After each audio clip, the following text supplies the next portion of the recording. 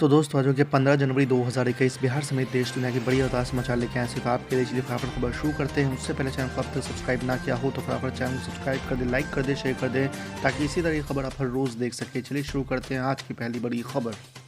कांग्रेस के पूर्व अध्यक्ष राहुल गांधी ने गुरुवार को तमिलनाडु के पारंपरिक खेल आयोजन जल्लीकट्टू का साक्षी बनने के बाद कहा है कि उनका ये दौरा केंद्र सरकार को संदेश देने के लिए था जो तमिल संस्कृति को दबाना चाहती है।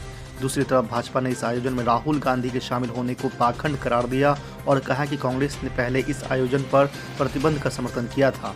आपको बता दें कि राहुल गांधी ने 3 केंद्रीय कृषि कानून के मुद्दे को लेकर भी केंद्र सरकार पर निशाना साधा है और आरोप लगाया है कि सरकार किसानों को बर्बाद करने की साजिश कर रही है।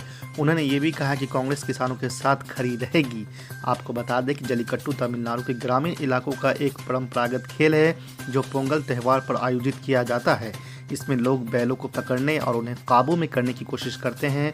कांग्रेस के पूर्व अध्यक्ष ने कहा कि मैं दिल्ली में से यहाँ एक बहुत ही लोकप्रिय आयोजन देखने आया हूँ क्योंकि मैं मानता हूँ कि तमिल संस्कृति, तमिल भाषा और तमिल इतिहास भारत के भविष्य के लिए ज़रूरी है। आज की दूसरी बड़ी खबर, व्हाट्सएप की नई प्राइवेसी पॉलिसी को दिल्ली हाईकोर्ट में चुनौती बताया निजता के अधिकार का उल्लंघन। जी आपको बता दें कि व्हाट्सएप की नई निजता नीति के खिलाफ गुरुवार को उच्च न्यायालय में याचिका दाखिल की गई है। याचिका में व्हाट्सएप की नई निजता को न सिर्फ करोड़ों लोगों की निजता के अधिकार का हनन बताया गया है बल्कि इससे राष्ट्रीय सुरक्षा के लिए भी खतरा होने का दावा किया गया है। आपको बता दें कि अधिवक्ता रोहिल्ला ने उच्च न्यायालय में जनहित याचिका दाखिल कर तत्काल प्रभाव से व्हाट्सएप की नई निजता नीति पर रोक लगाने की मांग की है। याचिका में न्यायालय से व्हाट्सएप द्वारा गोपनीयता नीति में किसी भी तरह का बदलाव करते समय लोगों के मौखिक और निजी अधिकारों की रक्षा करने और इसके किसी भी तरह की अनदेखी नहीं करने का निर्देश दिया है। अधिवक्ता रोहिल्ला ने याचिका में कहा है कि व्हाट्सएप की नई नीति कंपनी को वास्तव में लोगों के 360 डिग्री प्रोफाइल यानी इसमें दिए गए सभी तरह की जानकारी लेने का अधिकार देती है। आज की तीसरी बड़ी खबर, केंद्रीय कृषि मंत्री नरेंद्र सिंह तोमर ने गुरुवार को कहा कि प्रदर्शनकारी किसान संगठन और सरकार के बीच 90वें दौर की बातचीत तय कार्यक्रम के तहत शुक्रवार को होगी और केंद्र को उम्मीद है कि चर्चा सकारात्मक होगी।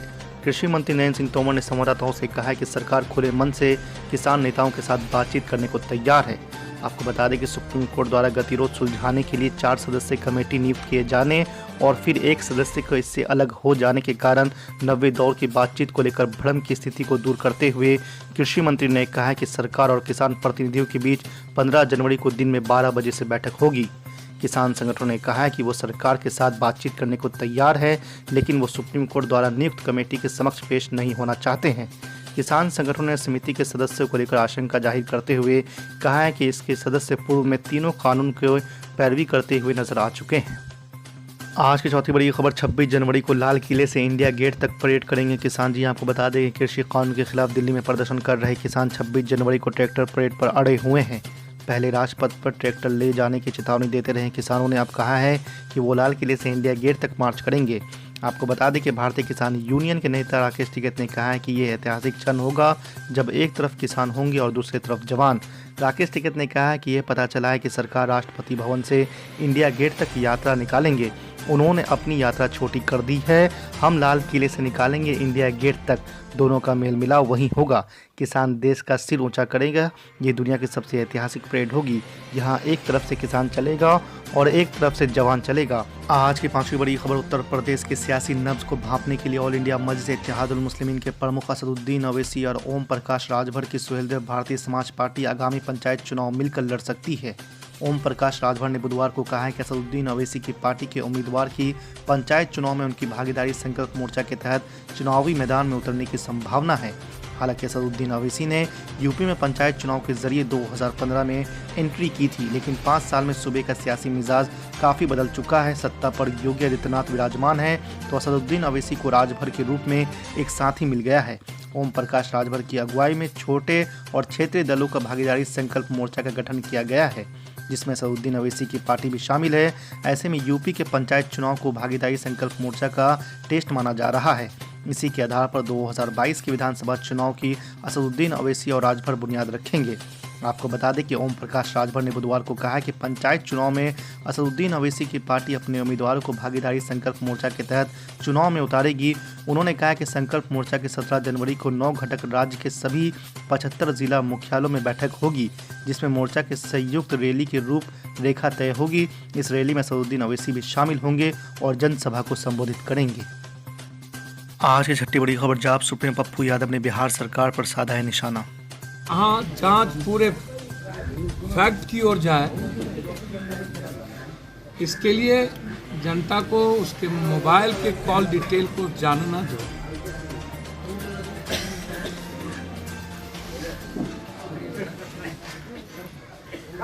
यदि सरकार गंभीरता नहीं दिखाई,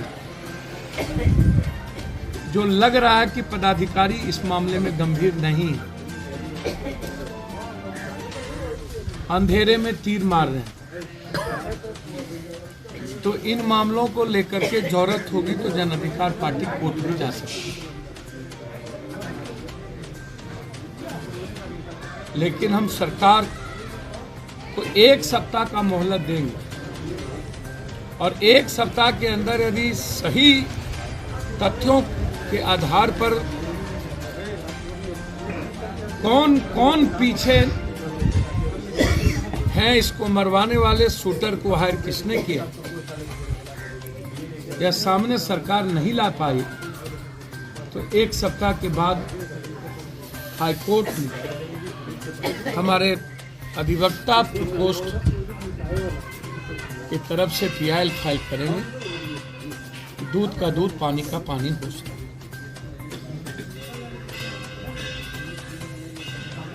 तीसरी चीज,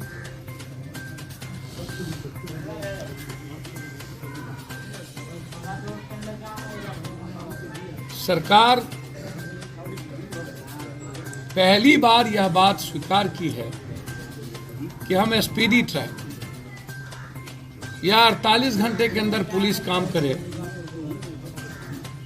हम मुख्यमंत्री जी से आग्रह करेंगे, मुख्यमंत्री जी, हाई प्रोफाइल मर्डर में ही सिर्फ 48 घंटा, साहबगंज में 12 साल के मासूम बच्ची के साथ बलात्कार करके 4 आदमी ने जिंदा जला दिया। मधुबनी में एक गूंगी बच्ची के साथ बलात्कार करके दोनों आंख फोड़ दिए।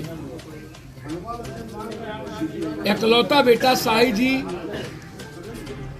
के बेटे को लटका के मार दिया।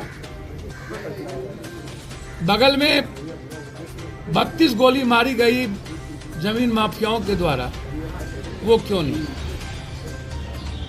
बिहार में किसी सिर्फ हाई प्रोफाइल पर ही क्यों? और क्या अपराधी यदि पकड़ा जाता है तो क्या इस अपराध के बाद कोई और मर्डर नहीं होगा बिहार में? क्या इसकी गारंटी आप देंगे? सवाल जनता ये जानना चाहती है कि आप अपराधी को तो पकड़ लेंगे मारने के बाद, उसके पति को और उसके बच्चों को बाप कहां से मिलेगा? उसके पिता को बेटा कहां से मिलेगा? उसकी मां को बेटा कहां से मिलेगा? और क्या इस मर्डर के बाद अब कोई दूसरा मर्डर नहीं होगा? ये सबसे बड़ा सवाल। एक सबसे महत्वपूर्ण सवाल आज मेरा है नीतीश कुमार जी से। 30 साल के अंदर और 5 साल शराबबंदी के बाद पंचायत वाइज आप जांच कराइए कि किनकी संपत्ति 3 गुनी हुई है। इस 5 साल के अंदर 2 गुनी और 3 गुनी संपत्ति जिसकी हुई है, उसका शराब के साथ नेक्सेस है और ईडी के द्वारा उसकी सारी संपत्ति जब्त होनी चाहिए। 30 सालों के अंदर जिन नेताओं की संपत्ति दुगुना हुई है, उनकी इंक्वायरी हो। या तो वो जमीन माफियाओं के द्वारा खरीदे गए हैं, या तो बालू माफियाओं के द्वारा कमाए गए हैं, या तो शराब के पैसे से कमाए गए।